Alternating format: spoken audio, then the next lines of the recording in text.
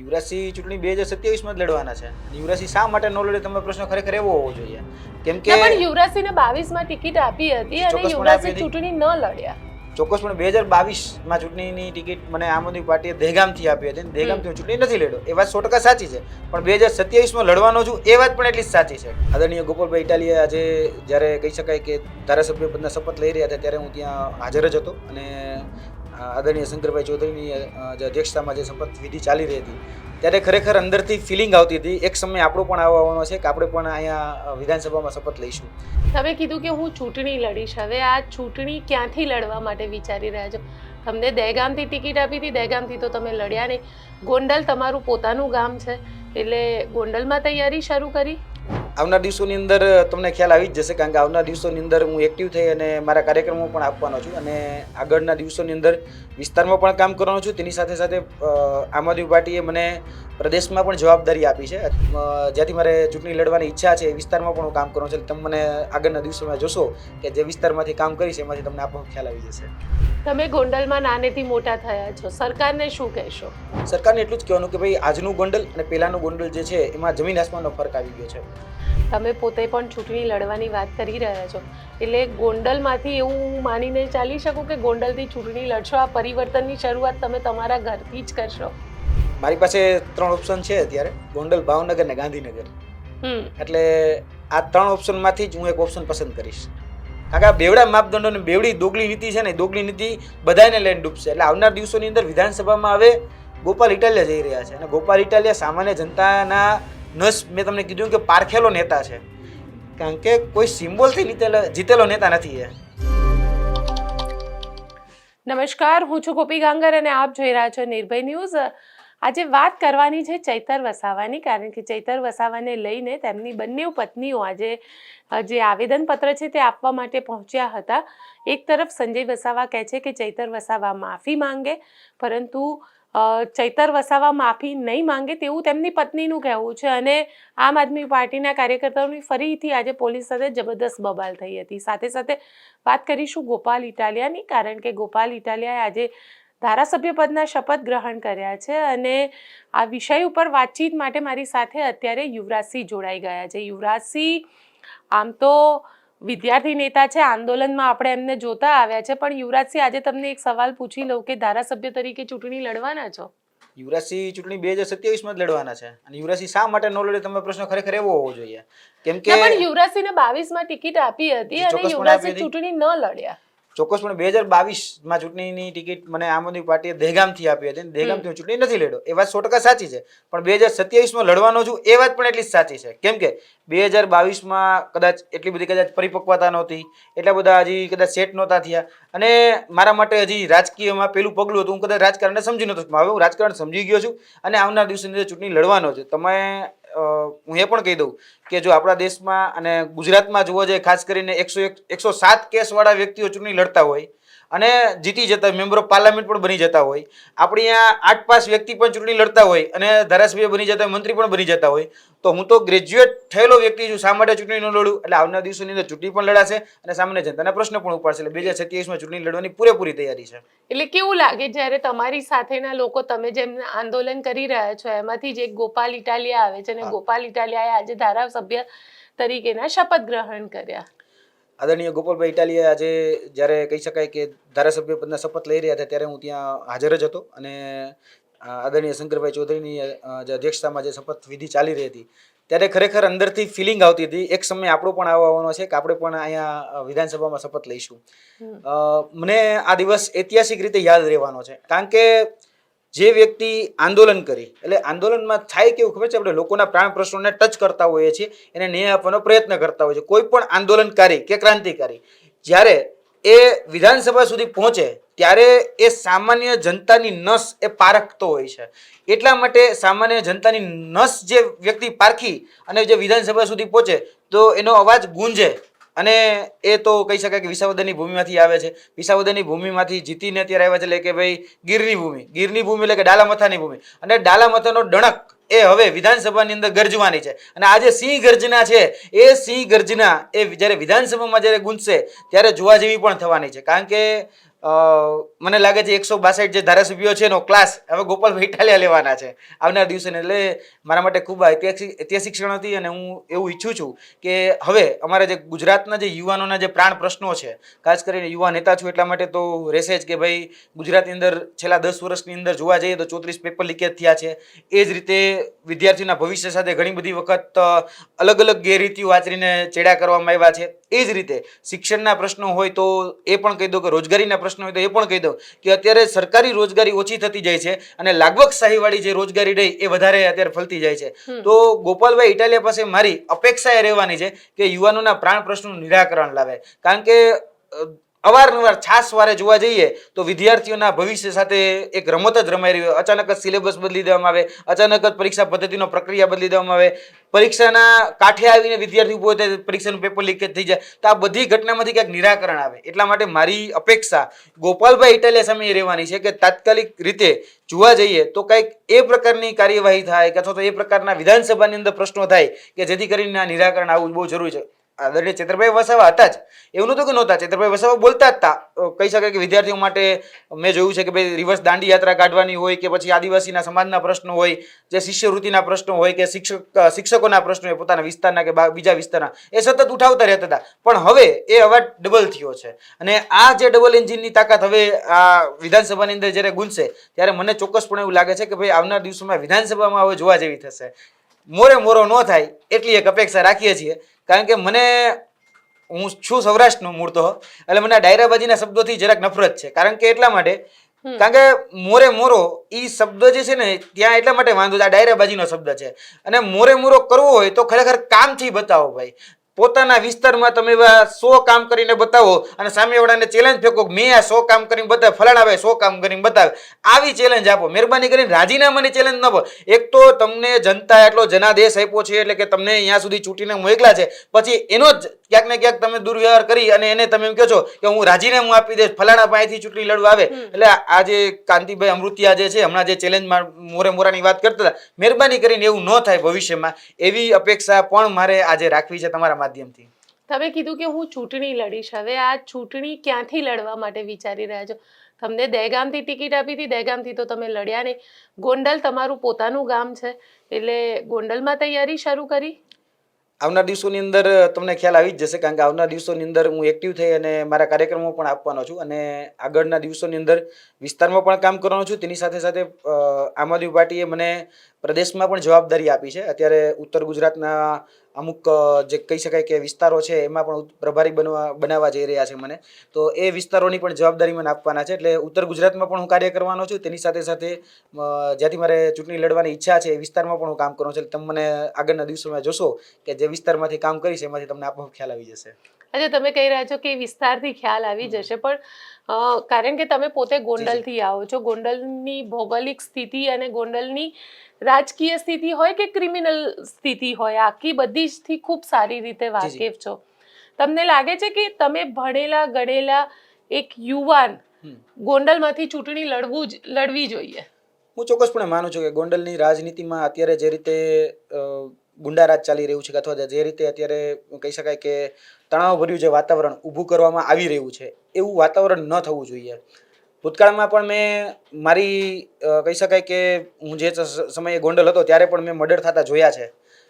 એ સમયે મારી ઉંમર બહુ નાની હતી કે જ્યારે પોપટ સોરઠિયાનું મર્ડર થયું, મેં વિનુભાઈ સિંગાડાનું મર્ડર થયું ત્યારે પણ હું ગોંડલમાં હતો. એ જ સમયમાં જ્યારે હું કોલેજ ચોકમાં જ એ જ સમયે ત્યારે હું કોલેજ ચોકમાં જ હાજર હતો અને એ જ જગ્યાએ મર્ડર થયું અને જાહેરમાં મર્ડર થયું ત્યારે પણ મેં આ બધું મારી નજર સમક્ષ જોયેલું છે. અને આ બધી જ્યારે સ્થિતિ હું જોતો આવું છું ને ત્યારે એ ખરેખર મને એમ થાય છે કે ભાઈ ગોંડલ જે સર ભગવતસિંહજીના નામથી ઓળખાતું જે ગોંડલ હતું અને ભગવતસિંહજી જે પરિકલ્પના કરીને ગયા હતા કે હું મારા ગોંડલને ક્યાં લઈ જવા માંગુ છું. કારણ કે જે પોતે લંડન જઈને આવ્યા એટલે કે સર ભગવતસિંહજી અને ત્યાં જે કોલેજ હોય એવી જ કોલેજ હોય ગોંડલમાં આવીને સ્થાપી એ સમયમાં આજથી 100 વર્ષ પહેલા આજ દિન સુધીની કાંકરી નથી કરી, પણ એ પ્રકારનું એનું ઇન્ફ્રાસ્ટ્રક્ચર કે અથવા તેની ગટર વ્યવસ્થા કે પાણીની વ્યવસ્થા એટલી સારી સુંદર વ્યવસ્થાઓ કરી કે ત્યારે મને એમ લાગે છે કે સર ભગવતસિંહે જોયેલું જે સપનું હતું એ સપનું ક્યાંક ને ક્યાંક રોડાઈ રહ્યું છે. એટલા માટે ગુજરાતમાં અથવા તો ગોંડલમાં પર્ટિક્યુલરલી ગોંડલની વાત છે એટલા માટે. તો ગોંડલમાં પણ એ રીતે પરિપક્વ શાસન આવે એ પ્રકારની મારી ઈચ્છા તો 100% છે. કારણ કે ગોંડલની અંદર પરિપક્વ શાસન હોવું ખૂબ જરૂરી છે. કારણ કે છેલ્લા ઘણા વર્ષોથી, એવું નહીં કહું કે ભાઈ છેલ્લા 10 વર્ષથી કે છેલ્લા 20 વર્ષથી જ આવું છે, પણ છેલ્લા ઘણા વર્ષોથી, છેલ્લા 75 વર્ષની આ જે શાસન વ્યવસ્થા થઈ, તો ગોંડલનો જે બદલાવ થવો જોઈએ એ ગોંડલનો બદલાવ નથી થયો. હા, નો ડાઉટ કે એના ખેડૂતો છે એ મજબૂત થયા છે, પણ ખેડૂતો મજબૂત એટલા માટે થાય છે કારણ કે એ જે ખોડી આખી જે કોમ્યુનિટી છે એ તો પોતાની મહેનતથી આગળ આવેલી છે. એનું માર્કેટિંગ યાર્ડ કદાચ કહી શકાય કે આખા ગુજરાતમાં પહેલા નંબરે આવતું હોય તો એ તો મહેનતથી આવેલું છે, એમાં બીજો કોઈનો રોલ નથી. એટલે કે જે રાજ્ય વ્યવસ્થા ચલાવનાર જે વ્યક્તિઓ, જે રાજનેતા જેને આપણે કહીએ, એનો મોટો રોલ નથી. પણ જો કદાચ એને ધ્યાન આપ્યું હોત તો હું કદાચ આ વ્યવસ્થા એનાથી કરતા પણ મોટી થતા જોઈ રહ્યો છું. એટલે આવનાર દિવસોની અંદર ગોંડલની અંદર કાંઈક નવા જૂની થશે એવા એંધણ મને પણ લાગી રહ્યા છે. કારણ કે હું જે રીતે જોઈ રહ્યો છું કે અલગ અલગ કોર્ટ કેસો ચાલી રહ્યા છે અથવા અલગ અલગ જે આક્ષેપબાજીઓ થઈ રહી છે, તો તેમાં કંઈક ગોંડલની અંદર પરિવર્તન આવે એવું મારું વ્યક્તિગત રીતે તો માનવું છે. તમે ગોંડલમાં નાનેથી મોટા થયા છો, સરકારને શું કહેશો? સરકારને એટલું જ કહેવાનું કે ભાઈ આજનું ગોંડલ અને પહેલાનું ગોંડલ જે છે એમાં જમીન આસમાનનો ફરક આવી ગયો છે. મારું મારી જન્મભૂમિ, શૈક્ષણિક ભૂમિ અને મારી જન્મભૂમિ ગોંડલ રહી છે. મારું ગ્રેજ્યુએશન પણ મેં ગોંડલથી કમ્પ્લીટ કરેલું છે. એ સમયમાં ગોંડલમાં કહી શકાય કે ગલીએ ગલીએ દારૂ નહોતો મળતો. આજના દિવસે ગોંડલની એક શેરી બાકી નથી કે જ્યાં દારૂ હોમ ડિલિવર ન થતો હોય. આજના દિવસે મારા ઘરથી 500 મીટર દૂર કોલેજ ચોક આવેલું છે, જ્યાં સર સંગ્રામજી હાઈસ્કૂલ આવેલી છે. એ સંગ્રામજી હાઈસ્કૂલના પાછળના ભાગમાં તમે જોઈ લેવાની છૂટ, ગમે ત્યારે જાઓ તમ તારે, એવું નથી કે સમય કોઈ સવારે સાંજ, ગમે ત્યારે જાઓ એટલે ડ્રગ્સ માફિયા તમને જોવા મળે જ. ડ્રગ્સ અત્યારે ત્યાં પણ મળતું થઈ ગયું છે. એટલે ગોંડલમાં ડ્રગ્સ ઘૂસી ગયું છે, ગોંડલમાં દારૂ ઘૂસી ગયું છે, ગોંડલમાં ગુંડાગર્દી ઘૂસી ગઈ છે. આ બધું પહેલા નહોતું, આ બધું હવે આવી ગયું છે. એટલે આ બદલાવ મેં મારી નજરની સામે જોયેલો બદલાવ છે. જે મેં શૈક્ષણિક લાઈફ જે જીવી અથવા તો મેં મારી જન્મભૂમિની કદાચ મારું બાળપણ મેં ત્યાં વિતાવેલું છે, તો અમે ગોંડલની અંદર જ્યારે કહી શકાય કે હું 2003-4ની વાત કરું, 3થી લઈને કદાચ 2010 સુધીની, તમે અહીંયા વોલીબોલ રમતા, આ પ્રકારના દૂષણો હતા જ નહીં. મેં હવે દૂષણોને જોયા છે કે ભાઈ આ બધું જ બંધ થઈ ગયું છે. હવે અહીંયા દારૂ મળતા થઈ ગયા છે, અહીંયા ડ્રગ્સ મળતા થઈ ગયા, એટલે બેનું દીકરીઓને જે આવવું હોય ત્યાં પણ મુશ્કેલી પડી રહી છે. એટલે આ પ્રકારનું ગોંડલ મેં નહોતું જોયું. એટલે આ પ્રકારની ગોંડલમાં જે પરિવર્તન આવ્યું છે ને, એ ગોંડલમાં આ પરિવર્તન ખોટું છે. એટલે હું એવું માનું છું કે ક્યાંક ને ક્યાંક કાયદા વ્યવસ્થામાં જે કઠપૂતળી શાસન જે લોકોનું આવી ગયું છે, જે ખાસ કરીને પોલીસે જે બે કાયદાથી કામ કરી રહી છે, કારણ કે સામાન્ય નાગરિક માટે અલગ કાયદો ગોંડલમાં એવું છે અને રાજનેતાઓ માટે અલગ કાયદો. આ બંને વસ્તુ થઈ ગઈ છે ગોંડલની અંદર. રાજનેતા ઉપર કોઈ ગુનો થાય એટલે તરત જ રાજનેતાને બચાવવાના પ્રયાસ થાય છે, અને સામાન્ય નાગરિક ઉપર જો ગુનો દાખલ થાય તો એને ફસાવવાના પ્રયત્નો, વધારે કઈ રીતે જેલમાં રહી શકે એના પ્રયત્નો થાય છે. આ કહી શકાય કે પોલીસનું જે વર્તન અને વલણ એ બંનેમાં અત્યારે ચેન્જ આવી ગયો છે. એટલે આ બદલાવ જે છે ને એને હું નથી ઈચ્છતો કે આ બદલાવ ખરેખર ન થવો જોઈએ. એટલે મેં આ પરિવર્તનનું કહું છું કે આ પરિવર્તન એ ગોંડલ માટે કહી શકાય કે એના ભવિષ્ય માટે એ સારું નથી. તમે કહી રહ્યા છો કે એના ભવિષ્ય માટે નથી સારું, પણ ચર્ચા કરી લો ગોપાલ ઇટાલિયાની, કારણ કે ગોપાલ ઇટાલિયાએ શપથ ગ્રહણ કર્યા છે અને તમે પોતે પણ ચૂંટણી લડવાની વાત કરી રહ્યા છો.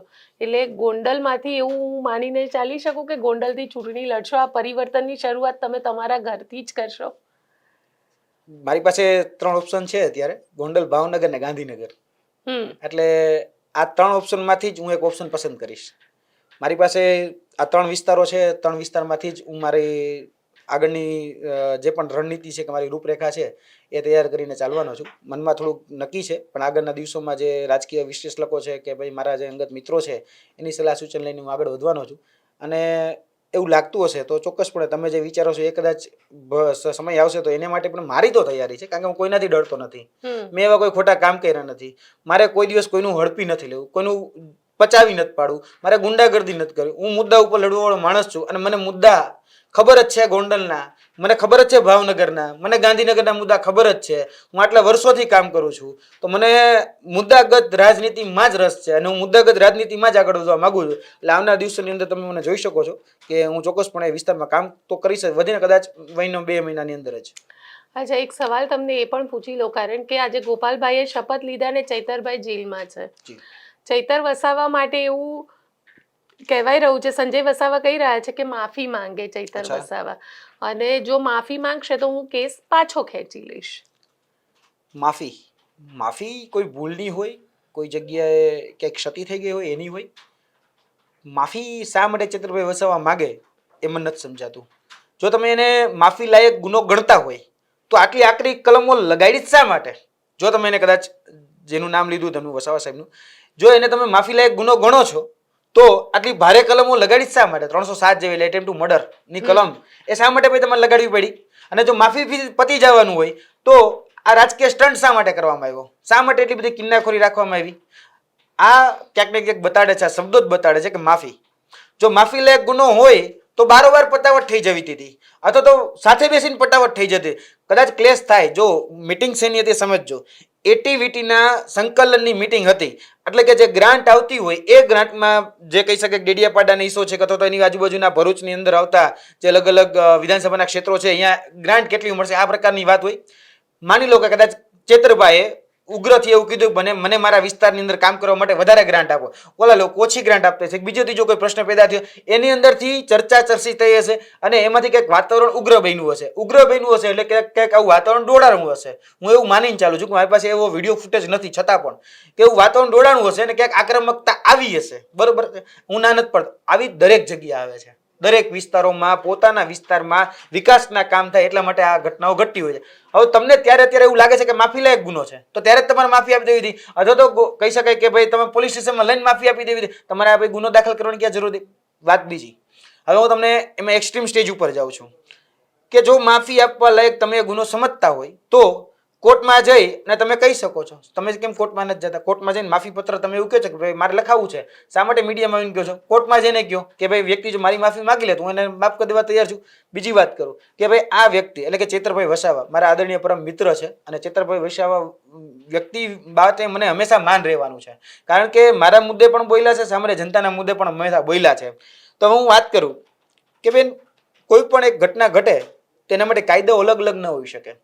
આજથી થોડા દિવસ પહેલા આપણા એક મંત્રીશ્રી છે બચુભાઈ ખાબડ, એના જ પુત્ર ઉપર એક કલમ લગાડવામાં આવી હતી.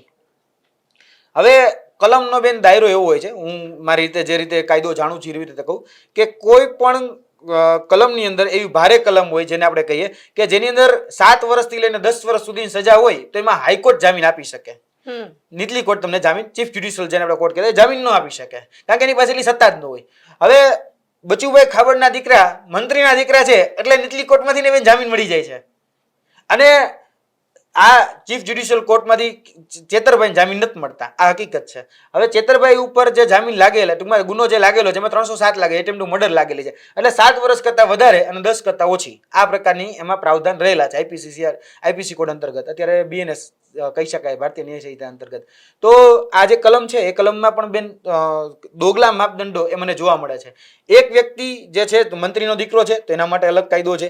એક વ્યક્તિ ઉપર એટલી ગંભીર કલમ નથી છતાં પણ એને ગંભીર બનાવવામાં આવી છે અને સામે ચાલીને આ વસ્તુને સનસનીખેજ બનાવવામાં આવી છે અને ખરેખર મેનિપ્યુલેટ એવું કરતા માર્કેટમાં એનું માર્કેટિંગ એવું કરવામાં આવ્યું છે કે આ બહુ મોટો ગુનેગાર છે અને સૌથી ગંભીર કોઈ સાધન હોય અથવા તો તીક્ષ્ણ કોઈ સાધન હોય તો પાણીનો ગ્લાસ છે. આપણે એવું કરી દીધું. હવે ગમે ઓફિસ કચેરીમાં જઈને બેન હવે પાણીનો આજે જ હું કહી શકાય કે ઓફિસમાં ગયો હતો આદરણીય શંકરભાઈ ચૌધરીની કહી શકાય જે અધ્યક્ષ હતા એમને, તેને પાણીના ગ્લાસની જગ્યાએ બધી જગ્યાએ હવે બોટલ રાખી દીધી પ્લાસ્ટિકની કે પાણીનો ગ્લાસ પડ્યો નહીં કોક છૂટો મારી દે કદાચ બીક હશે. કારણ કે આજ વખતે મેં જોયેલું છે કે ભાઈ હવે ઓફિસોની અંદર જેટલી સરકારી કચેરીઓ છે ને એને પાણીના ગ્લાસ રાખવાને બંધ કરી દીધા અને એની જગ્યાએ પ્લાસ્ટિકની બોટલ આપવાનું ચાલુ કરી દીધી. જો આવે છે નાની નાની બોટલ એ આપવાનું ચાલુ કરી દીધી. એટલે આપણા દેશમાં તીક્ષ્ણમાં તીક્ષ્ણ સાધન હવે એ કાચનો ગ્લાસ થઈ ગયો છે.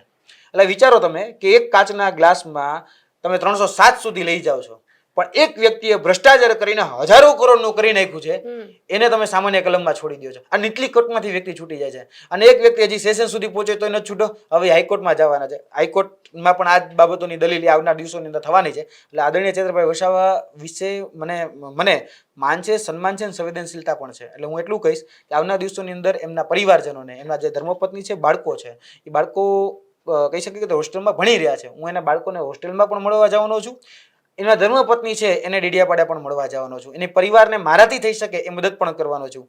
બીજું કે અહીંયાના ચેતર વસાવા સાહેબના જે પીએ છે એની સાથે મેં ટેલિફોનિક વાતચીત કરી છે તો આવનાર દિવસોની અંદર ચેતરભાઈ વસાવા જે વિસ્તારમાં ડેડિયાપાડા વિસ્તારમાં જે પ્રાણ પ્રશ્નો જે સામાન્ય જનતાના સોલ્વ કરતા હોય છે એમાં ઘણા બધા પ્રશ્નો આવ્યા છે. હવે જેલમાં છે એટલે પ્રશ્નો તો સોલ્વ થવા નથી, પણ અમે એવો પ્રયત્ન કરવાના છીએ કે પ્રશ્નોનું નિરાકરણ અહીંયા વિધાનસભા સુધી પહોંચી અથવા તો અહીંયા જે કચેરીઓ છે એ કચેરીઓમાં જઈને કમસે કમ એનું નિરાકરણ લાવે. એટલે આવનાર દિવસોની અંદર હું ચેતરભાઈ વસાવા માટે વ્યક્તિગત રીતે 2 થી 3 દિવસ થાય કે વધારે કદાચ 5-10 દિવસમાં રોકાવું પડે તો હું ડેડિયાપાડા જવાનો છું, એમના પરિવારને મળવાનો છું, એમના દીકરા દીકરીઓને મળવાનો છું, અને જે પ્રશ્નોનું લિસ્ટ અત્યાર સુધી મારા સુધી આવ્યું છે કે આટલા પ્રશ્નો અમારી પાસે આવ્યા છે તો આના નિરાકરણ માટે કે કારણ કે ચેતરભાઈ વસાવા જેલમાં છે, હવે જેલમાં બેસીને તો આ બધું કરી નહીં શકે, એ જન નેતા છે છતાં પણ.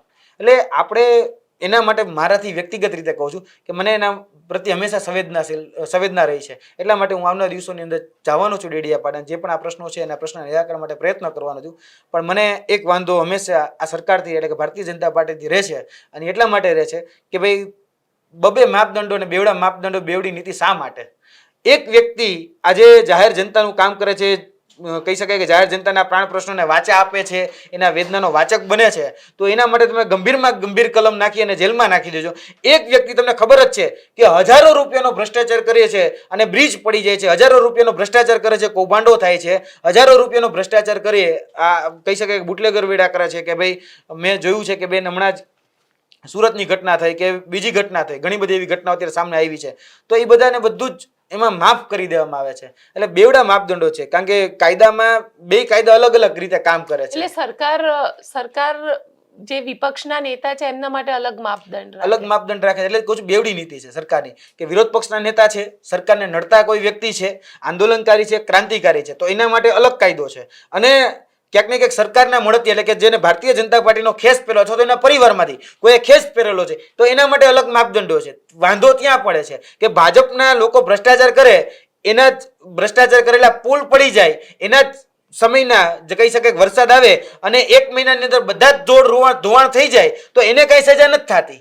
આજે કેટલાય એવા નેતાઓ છે, તમે લિસ્ટ બનાવવા માંગો ને બેન તો બહુ લાંબુ લિસ્ટ બને છે. કેટલા એવા અધિકારીઓ છે કે જે ખરેખર ભારતીય જનતા પાર્ટીના ભ્રષ્ટાચાર કૌભાંડોથી જ આગળ વધેલા, પણ એની ઉપર ક્યારેય પણ કાયદાના લાઠી એ ઉગામમાં નથી આવતી. અને કાયદાની લાઠી ઉગામમાં ક્યાં આવે કે જે ક્રાંતિકારી છે, જે આંદોલનકારી છે, જે વિરોધ કરી રહ્યા છે રોડ ઉપર આવીને, એની સામે આ બધી લાઠી ઉભા. એટલે આ બેવડા માપદંડો બેવડી નીતિ છે ને ત્યાં વાંધો છે. એટલે સરકારે ખરેખર આ જે નીતિ છે ને એ નીતિમાંથી મહેરબાની કરીને બહાર આવવું પડશે, કારણ કે આ બેવડા માપદંડો ને બેવડી દોગલી નીતિ છે ને, દોગલી નીતિ બધાને લઈને ડૂબશે. એટલે આવનાર દિવસોની અંદર વિધાનસભામાં હવે ગોપાલ ઇટાલિયા જઈ રહ્યા છે, અને ગોપાલ ઇટાલિયા સામાન્ય જનતાના નસ, મેં તમને કીધું કે પારખેલો નેતા છે, કારણ કે કોઈ સિમ્બોલથી જીતેલો નેતા નથી. એ તો તમે સમજો છો, કારણ કે સિમ્બોલથી જો જીતેલો નેતા હોય તો તમને ખ્યાલ આવી જાય કે ભાઈ અંગૂઠા છાપ હોય, અથવા તો કદાચ એમ કે આંગળી ઊંચી કરો એટલે બધા જ 161 જેમ આંગળી ઊંચી કરે એમ બધાને જેમ આંગળી ઊંચી કરી લે. આ એ નેતા નથી. આંગળી ઊંચી કરતા પહેલા પૂછશે, પેલા કહેશે કે ભાઈ શા માટે ભાઈ મારે આંગળી ઊંચી કરવાની, શા માટે નહીં કરવાની, એ પ્રશ્ન કારણ કે શિક્ષિત છે અને બધાની નસ પારખેલી છે. એટલે આવનાર દિવસોની અંદર વિધાનસભામાં પણ જોવા જેવી થશે. ચેતરભાઈ પણ હવે થોડાક દિવસની અંદર બહાર આવશે જ. મને ન્યાયતંત્ર ઉપર પૂરો ભરોસો છે. એટલે આવનાર દિવસોની અંદર હાઈકોર્ટની અંદર જ્યારે જામીન અરજી મૂકવામાં આવશે ત્યારે આની અંદર બેન જામીન મળી જ શકે છે, અને આવનાર દિવસોની એમાં પણ જામીન મળશે. ચલો, યુવરાજસિંહ અમારી સાથે જોડાયા તેના માટે આપનો ખૂબ ખૂબ થેન્ક યુ સો આભાર. મચ. તો આપને અમારો આ રિપોર્ટ કેવો લાગ્યો કોમેન્ટ બોક્સમાં ચોક્કસથી લખીને જણાવજો, અને અમારી ચેનલ નિર્ભય ન્યૂઝને લાઇક, શેર અને સબસ્ક્રાઇબ કરવાનું ભૂલશો નહીં. આભાર.